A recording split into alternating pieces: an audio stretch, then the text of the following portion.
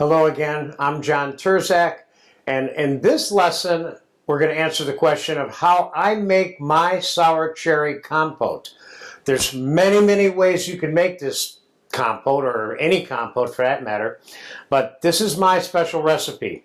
I'm going to start out with, I have 5 pounds of tart Montmorency sour cherries. Now I bought these at a local retail market that's kind of like a Sam's Clubbish, Costco kind of place, you know. But they're certainly available from Michigan via mail order, no problem. I zested 1 orange and 1 lemon in here, and now I'm going to zest another orange and another lemon, and put it in here. So I have 5 pounds of cherries. Can you use sweet cherries to do this? You can, but it's not going to taste like the sour cherry version, obviously. And what would you do with this? Over the course of time, you will see many lessons that I use this particular compote in. One of them is I'm going to make a sour cherry compote pie. You can serve this as a garnish on charcuterie platters. You can serve it with all kinds of different pork, chicken dishes, and even beef dishes for that matter. And it's, or with dessert items as garnish, or inclusive as part of different things. I'm going to make a sour cherry crisp out of this mixture as well. Not today, but it's something that you can use it for. So how long will it last in your refrigerator? Long time. As in at least 2 to 3 months. Why? Because of the syrup, the simple sugar syrup that we're going to be adding to it, coupled with brandy and Grand Marnier, which are both going into this mixture right here. Okay, there you go. We got the zest of 2 lemons and 2 oranges in here now. I'm going to throw 3 cinnamon sticks in here as part of the eventual marinade flavor that's going to take place.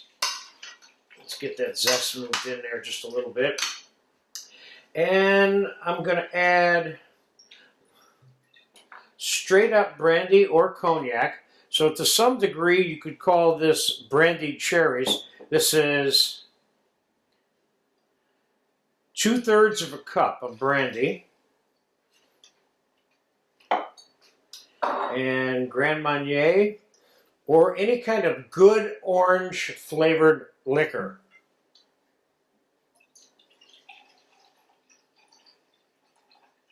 And 2/3 of a cup of Grand Marnier.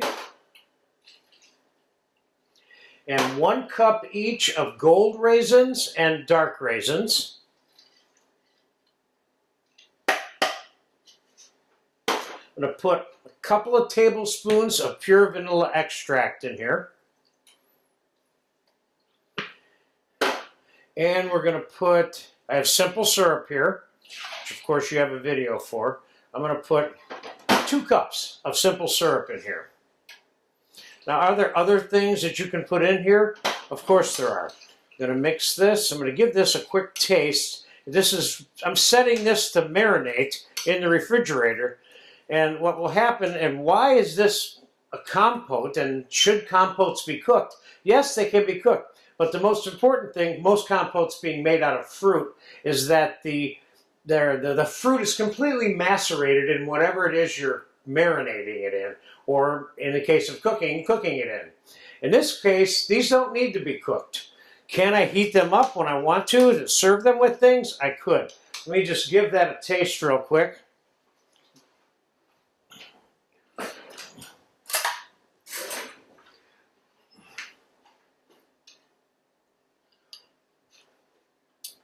Good. It's good. I love this just the way it is.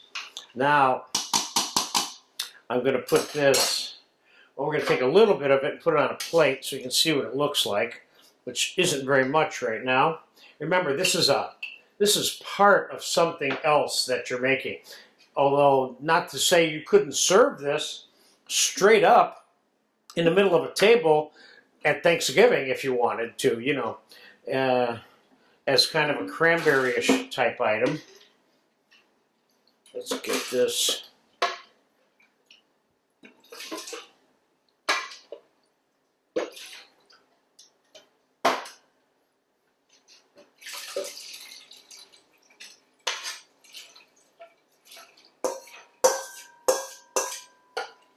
Now, just adjust your recipe if you want to make this with 2 pounds of cherries or 1 pound of cherries. I'm using 5 pounds of cherries in my particular recipe. So I'm going to put this in my fridge, and I'm going to pull it out and use it for a number of different things over a period of time. But you will notice that the cherries are submerged. That was where the syrup came in. So there you have it, John's formula for sour cherry compote to be used on multiple things that I will show you in other lessons.